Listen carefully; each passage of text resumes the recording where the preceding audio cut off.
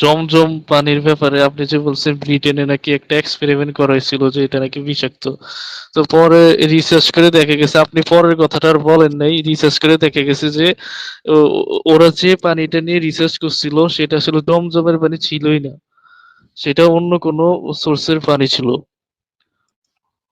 সেটা জমজমের পানি ছিল না, সেটা কি আপনি সেটা আমাদেরকে প্রমাণ করতে পারবেন যে যেটা তারা নিয়ে রিসার্চ করছিল সেটা জমজমের পানি ছিলই না, সেটা কি প্রমাণ করতে পারবেন? আচ্ছা, আমরা একটু দেখি জমজমের পানি সম্পর্কে কি বলা আছে, সেগুলো আমরা একটু বিস্তারিতভাবে দেখি। আহ আচ্ছা, জমজমের পানি সম্পর্কে আব্দুর রাজ্জাক বিন ইউসুফ কি বলে আমরা একটু শুনি আগে, তারপর আমরা আলোচনা করবো এটা নিয়ে। হ্যাঁ, শোনেন আগে। রাসূল সাল্লাল্লাহু আলাইহি সাল্লাম বলেছেন, মাও জমজম মা শরবালাহু, জমজম কূপের পানি যে যে উদ্দেশ্যে পান করবে সেটাই হবে তার। যে যে পরিকল্পনা নিয়ে জমজম কূপের পানি পান করবে সেটা পূরণ হবে বলে রাসূল সাল্লাল্লাহু আলাইহি সাল্লাম বলেছেন। তিনি বলছেন, মাও। আচ্ছা, আমরা শুনলাম যে যে উদ্দেশ্য নিয়ে পান করবে সে সেইটা ফুলফিল হবে। পাক্কা মুমিন ভাই, আপনি তো কথাটা শুনলেন নাকি? রাসূল এটা বলেছেন নাকি?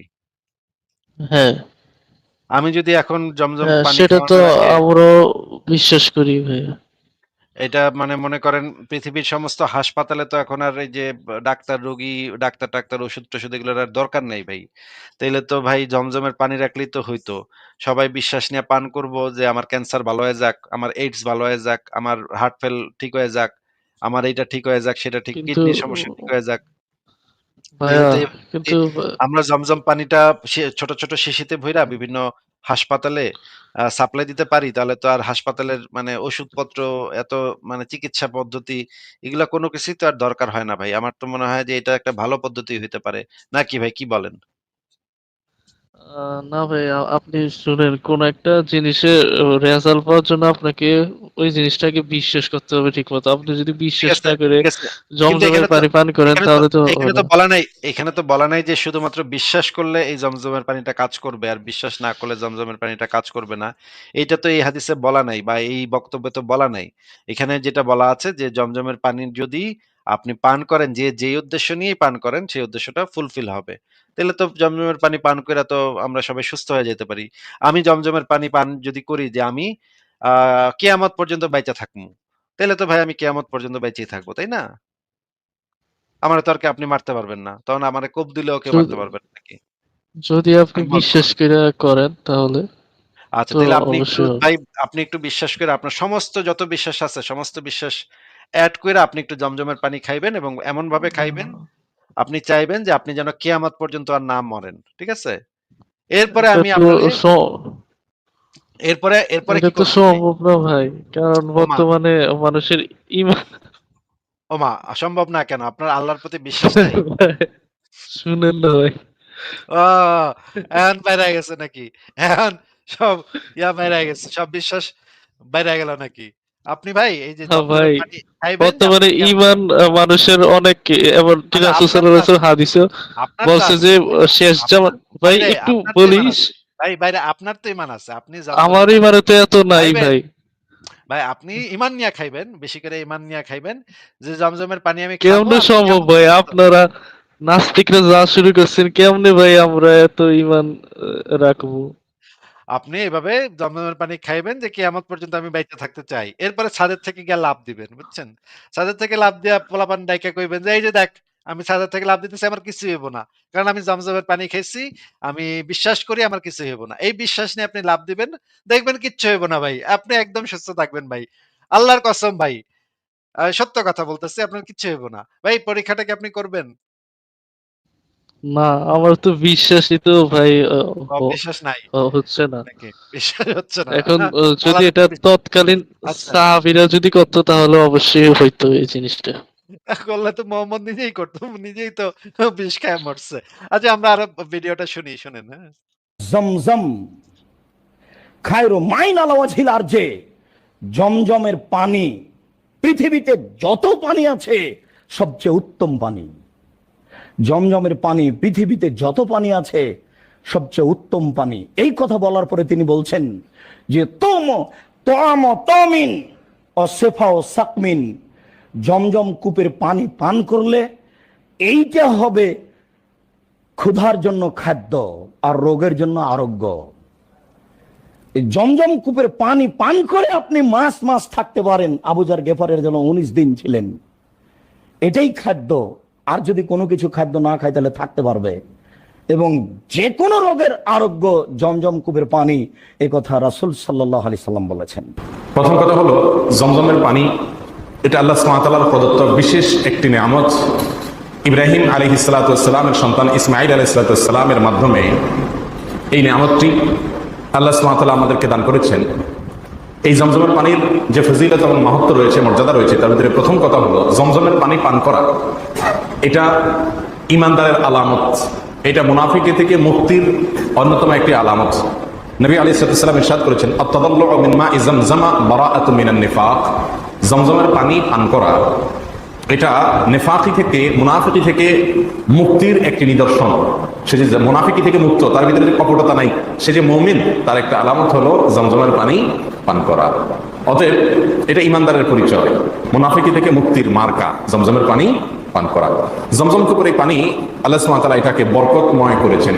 এই সম্পর্কে নবী সাল্লাল্লাহু আলাইহি ওয়াসাল্লাম বলেছেন, ইন্নাহা মুবারাকা, নিশ্চয়ই জমজমের পানি এটা বরকতময় পানি। এখানে বরকত দেওয়া হয়েছে, কল্যাণ দেওয়া হয়েছে, বহুমুখী কল্যাণ এই পানির ভেতরে আল্লাহ সুবহানাহু ওয়া তাআলা রেখেছেন।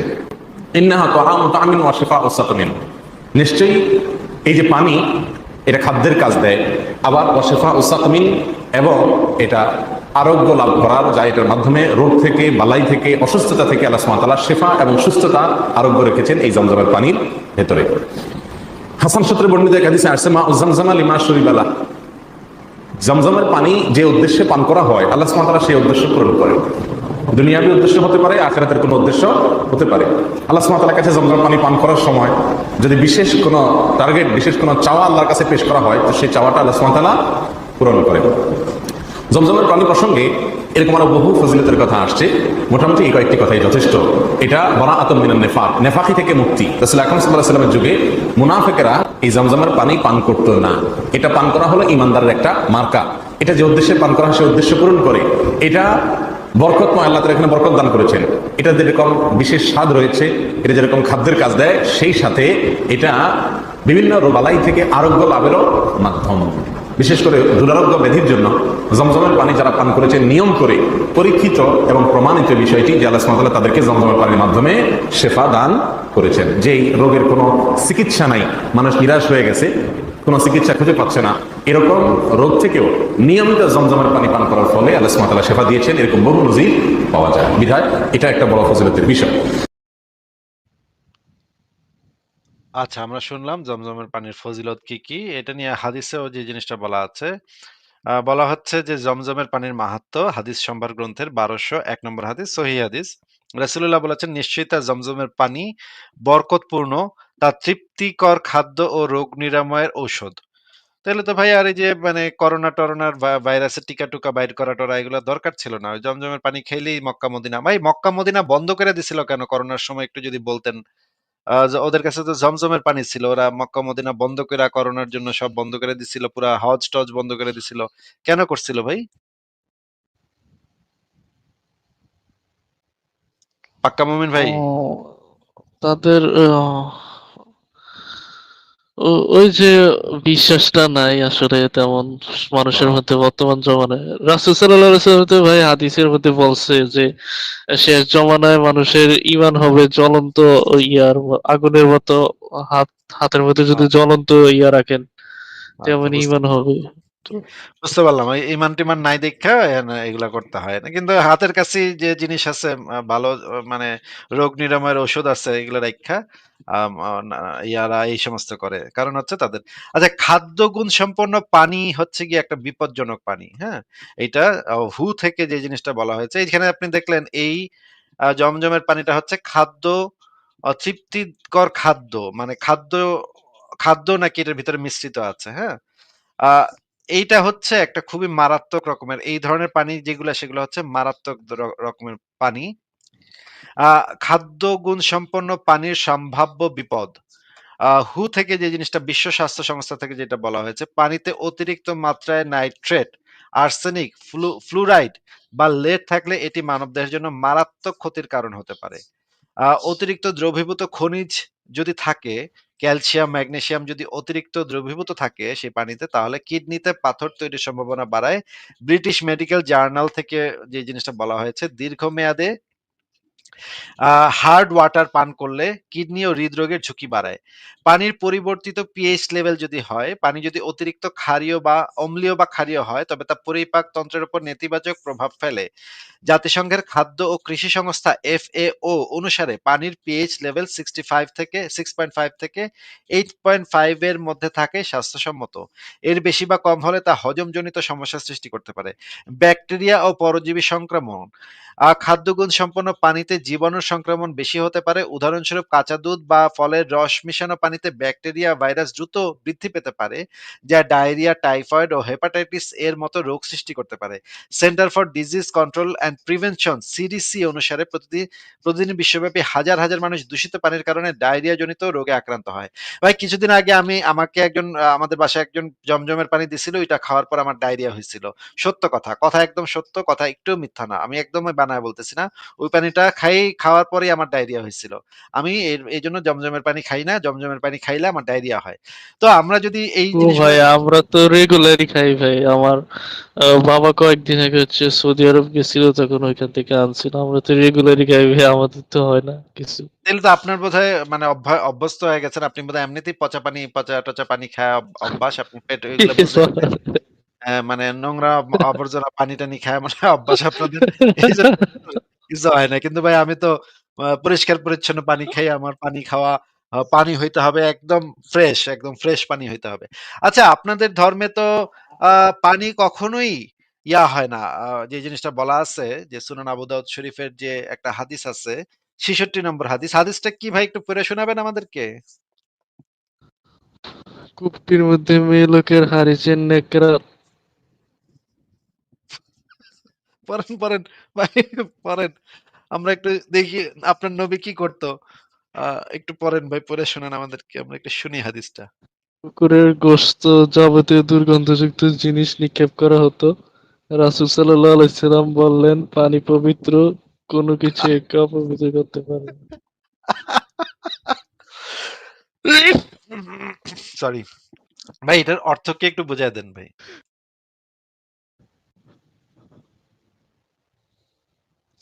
ও পাক্কা মুমিন ভাই, এই হাদিসটাকে আমাদেরকে একটু বুঝায় দেন যে আমরা একটু শুনি, বুঝি এটাতে কি বলা হয়েছে এই হাদিসটার ভিতরে।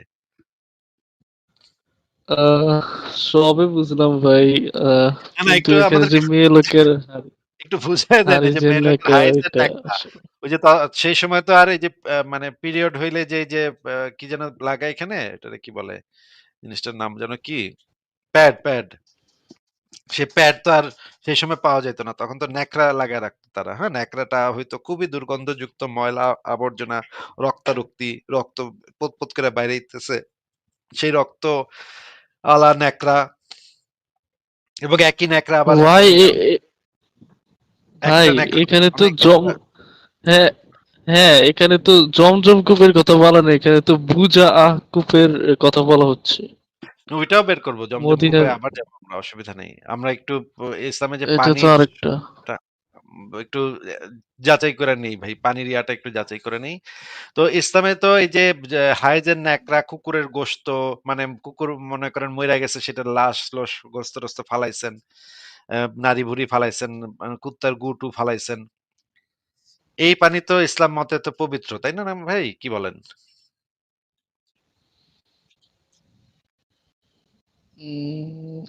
না, কিন্তু ভাই এটা না হয়তো কিন্তু এমন একটা না না, কইলেন কেন? পানি পবিত্র, শুনেন এখানে না তো ভাই, রাসূলুল্লাহ বলছে পানি পবিত্র, কোনো কিছু একে অপবিত্র করতে পারে এখানে না। হয়তো এটা কোনো কথাটা দিয়ে বোঝাইতেছে এটা কোনো অলৌকিক পানি, মানে কোনো কিছু এটাকে অপবিত্র করতে পারবে না, না সেটা না, এখানে তো বলতেছে। রাসূলুল্লাহ তো ওই পানির কথা বলেনি, বলছে পানি পবিত্র, কোনো কিছু একে অপবিত্র করতে পারে না, এটা বলছে। কিন্তু আমি তো বুঝতেছি ভাই, বুঝাইতেছে কূপের পানি পবিত্র, সেটা বুঝাইতেছে। কূপের পানি তো এখানে বলা নেই। এই যে দেখেন রাসূলুল্লাহ সাল্লাল্লাহু আলাইহি সাল্লাম বলেছেন পানি পবিত্র, কোনো কিছু একে অপবিত্র করতে পারে না। এখানে তো এটা লেখা। আর কূপের পানি তো আরো ভয়ংকর। কূপের পানি তো বদ্ধ পানি। নদীর পানি হইলেও একটা কথা ছিল। নদীর পানি হইতেছে স্রোত আছে। নদীতে একটা স্রোত থাকে। স্রোতের কারণে সেই ও, ময়লাগুলা ভাইসা যায়। ময়লাগুলা নিচে জমা হয়। ও কিন্তু নদীর পানিতে গোসল করলেও আমরা সেটাকে পছন্দ করি না। কিন্তু তারপরেও নদীর পানিতে গোসল করা অপেক্ষাকৃত সেফ। কারণ হচ্ছে নদী হচ্ছে স্রোতধারা আছে একটা। স্রোত থাকলে সেইটা অপেক্ষাকৃত সেফ। কিন্তু এই পানি তো একেবারে কূপের পানি ভাই। কূপের পানি কিভাবে পবিত্র হয়? কূপের ভিতরে মানে নিচে আবর্জনা, কুত্তার মানে গোশত-টোস্ত ছি, ছি, ছি, ছি, ছি ভাই। হায় যে ন্যাকড়া-নুকড়া ফেলায় মানুষ সেগুলার মানে নবী কইতেছে পানি পবিত্র। ভাই এই কথা কি আপনি মানেন যে পানি সবসময় পবিত্র, কোনো কিছুকে অপবিত্র করতে পারে না? এটা কি আপনি মানেন? না ভাই, এটা কেমনে সম্ভব? মনে করেন এই যে উত্তরবঙ্গে যে আর্সেনিক যুক্ত পানি পাওয়া গেছে, আর্সেনিক যুক্ত কিছু টিউবওয়েল পাওয়া গেছে যে টিউবওয়েল গুলার ভিতরে আহ, আর্সেনিকের মাত্রা অনেক বেশি এবং জনগণকে নিষেধ করা হয় যে এই টিউবওয়েলের পানি যেন কেউ ব্যবহার না করে। আপনি কি ভাই ওই আর্সেনিক আলা পানি দিয়ে হাত পা ধুইবেন, অজু টজু করবেন? না ভাই, কিন্তু না, ইসলামে আপনি এমন নবীরে বলা মানবেন আছে যে না। আপনি নবীরে মানবেন না নাকি নবীর আহ, নবীর পাশে লাথি মারবেন আপনি? কইবেন এই ধুর নবীরে নবীরে কে বাল বাল দিয়া পুছি না। আমি না ভাই, আর্সেনিক যুক্ত এসব পানি দিয়া ওযু করব না। এটা বলবেন আপনি। না। কিন্তু যদি বিপদে পড়ি তাহলে নামাজ পড়ার জন্য অবশ্যই করতে হবে উজু। বিপদে পড়লে তখন ওই পানি দিয়েই করবেন। কিন্তু এটা তো বিপদে পড়লেও তো ওই পানি দিয়া করার করতে নিষেধ করে। মানে আহ, জাতিসংঘ আহ, থেকে কে- কে- আহ, দেয়া হয় হুম। যে এটা কিন্তু নিষেধ। যদি আমি জানি বেশি ক্ষতিকর তাহলে আমি তায়াম্মুম করব, যেটা হচ্ছে মাটি দিয়ে উজু করা হয় ইসলামের উজু, কিন্তু আপনার সেটা নবী করে। তো যেখানে বলছে যে পানি পবিত্র কোনো কিছু অপবিত্র করতে পারে না। এটা আপনি নবীর কথা মানবেন না নাকি? নবীর আপনার আপনার মনে হয় না নবী মানে উম নবীর আপনার বিশ্বাস হয় না নাকি? নবীর থেকে আপনি মনে করেন WHO যদি একটা কথা কয়, আপনি নবীর থেকে WHO রে বেশি গুরুত্ব দেন নাকি? ও আচ্ছা ভাই, আমার কাছে মনে হইতেছে এই হাদিস হয়তো অন্য কিছু মিন করতেছে, কিন্তু এটা কি ভাই মিন করতেছে যে যে নবী বলতেছে যে ওই কূপ থেকে হচ্ছে কূপ থেকে পানি নিয়ে উজু করা যাবে, সেটা তো আর মিন করতেছে না নবী। ভাই যেটাই মেইন করুক না কেন, নবী তো নবীর কথা তো একদম স্ট্রেইট কথা। পানি পবিত্র, কোনো কিছু একে অপবিত্র করতে পারে না। এটা তো একদম নবী একদম কোন ধরনের কোন গ্যাঞ্জাম ছাড়া এই কথা বলছে। কোন কন্ডিশন ছাড়া এই কথা বলছে। তাই না? কোন কন্ডিশনাল কথা তো এটা না। আমি যখন বলবো পানি পবিত্র কোন কিছু, কোন কিছু একে অপবিত্র করতে পারে না, তখন তো এটা তো একটা কন্ডিশন ছাড়া কথা। এটা তো এখানে তো কোন কন্ডিশন এপ্লাই করতে পারবেন না আপনি। ঠিকই বলছেন ভাই, নিচে আবার লেখা আছে পানিকে কোনো জিনিস অপবিত্র করতে পারে না। উম, আচ্ছা। ঠিক আছে, আপনি এই হাদিসটা নিয়ে একটু চিন্তা করেন। এরপর আপনি যেটা জিজ্ঞেস করতেছিলেন যে জমজমের পানিটা হ্যাঁ। আমরা যেটা মানে ইয়া করে দেখেছি জমজমের পানিটা গবেষণা করা হয়েছে। তো জমজমের হ্যাঁ হ্যাঁ পানিটা ভাই, গবেষণা করার পর পরে হচ্ছে হ্যাঁ হ্যাঁ, হ্যাঁ ভাই, পর পরে হচ্ছে পরে সৌদি আরবের সৌদি আরব থেকে আবার রি- একটা ফ্রেঞ্চ কোম্পানিকে দায়িত্ব দেয়া হয়েছিল যে সেই জমজমের পানিটা আবারও পরীক্ষা করার জন্য। কিন্তু যে হ্যাঁ ফ্রেঞ্চ ভাই, কোম্পানি ওইটার কথাই। হ্যাঁ, হ্যাঁ, আমি সেটা বলতেছি হ্যাঁ আপনাকে। যখন সেই ব্রিটিশ ১ম এ ব্রিটিশ একটা কোম্পানি জমজমের পানি পরীক্ষা-নিরীক্ষা করে দেখছে এবং রিপোর্ট দিছে যে জমজমের পানির ভিতরে মারাত্মক ক্ষতির সম্ভাবনা আছে এগুলা খাইতে। জনস্বার্থে এই জমজমের পানি যেন খাওয়া না হয়। এই রকমের একটা রিপোর্ট দেওয়া হয়েছিল। পরবর্তীতে সৌদি সরকার আবার একটা ফ্রেঞ্চ কোম্পানিকে এই মানে দায়িত্ব দিছে যে ফ্রেঞ্চ কোম্পানি যেন জমজমের পানিটা আবারও পরীক্ষা করে। তখন তার আগে সৌদি সরকার সেই জমজমের কূপে 7 লেয়ার একটা ফিল্টার লাগাইছে। ৭ লেয়ারের একটা ফিল্টার লাগাইছে। পাক্কা মোমিন ভাই, আবারও বলছি আহ, আ- জমজমের পানিতে আসলে নাকি সৌদি ভাই, সরকার আমি তো শুনি নাই এরকম কিছু। আপনি এটা যদি না শুনেন তাহলে তো দুঃখজনক। আপনি একটু সার্চ করে দেখেন। এই মুহূর্তে আমার হাতের কাছে নাই জিনিসটা। কিন্তু আপনি যদি মুশফিক মিনারের কাছেও গিয়ে জিজ্ঞেস করেন, মুশফিক মিনারও আপনাকে এই জিনিসটা বলবে। মুশফিক মিনার আমাদের লাইভে এসেই বলছিল এটা যে সৌদি সরকার ৭ লেয়ারের ফিল্টার লাগাইছে জমজমের পানিতে। তো আমার কথা হচ্ছে যে যেই পানি হচ্ছে একেবারে সরাসরি জান্নাত থেকে আসছে, যেই পানি হচ্ছে পৃথিবীর সবচাইতে শ্রেষ্ঠ পানি, সবচাইতে বিশুদ্ধ পানি, সেই পানি পরিষ্কার করতে ৭ লেয়ারের ফিল্টার লাগানোর দরকার হইলো কেন ভাই? এই জিনিসটা তো বুঝলাম না।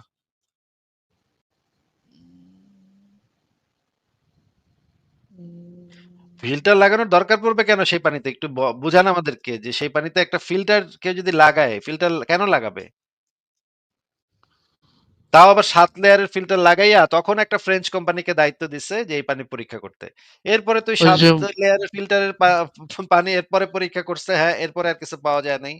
সেটা তো পাওয়া যাইবই নাই। ৭ লেয়ারে ফিল্টার করলে সেই পানিতে কি আর কিছু পাওয়া যাবে? বলেন, বলেন। আপনি একটু আহ, আমাদেরকে এই জিনিসটা আমাদেরকে বের করে দেখাইবেন যে ৭ লেয়ারের ফিল্টার যে সৌদি সরকার লাগাইলো, একটা পানি হইলো পৃথিবীর সবচাইতে বিশুদ্ধতম পানি যেটা খাইলে যেকোনো মানুষ যেকোনো জিনিস চাইলে সেটা নাকি হয়ে যায়, যেকোনো রোগ ভালো হয়ে যায়। সেই পানিতে ফিল্টার লাগাইয়া সৌদি সরকার তো এটা কুফরি কাজ করছে যে ৭ লেয়ারের ফিল্টার লাগাইছে। কেন এই ফিল্টারটা লাগাইলো বুঝলাম না তো আমি। মানুষ বিন্দাস খাইতো, খায় একেকটা একেকজন কইতো যে আ ইলন মাস্কের সব টাকা যেন আমার ব্যাংক অ্যাকাউন্টে আইসা ট্রান্সফার হয়ে যায়। হে আল্লাহ প্লিজ আমি জমজমের পানি খাইলাম। ইলন মাস্কের সব টাকা আমার অ্যাকাউন্টে দিয়ে দাও। খাইতো আর দেখতো ব্যাংকে টাকা এসে গেছে। পটাশ করে একটা মোবাইলে মেসেজ আসতো, টিং, টিং করে উঠতো যে তোমার অ্যাকাউন্টে জমা হয়েছে $৫০০ বিলিয়ন। ভাই এর তো মানে বিরাট ব্যাপার হইতো। প্রত্যেকে ইলন মাস্কের মতো ধনী হয়ে যেত আজকে, তাই না? জমজমের পানি এই বিশ্বাস করে খাইতো আর বড়লোক। হুম, নাকি ভাই? হ্যাঁ। আচ্ছা। ঠিক আছে, আপনার সাথে অনেকক্ষণ কথা বললাম পাক্কা মোমিন ভাই। তাহলে আপনাকে যেগুলো দেখাইলাম সেগুলো আপনি পরে আহ, দেখেন। তাহলে আজকে আপনাকে বিদায় জানাই। ঠিক আছে? আচ্ছা ভাই, আমার আরেকদিন আরেকটা কোশ্চেন করবো।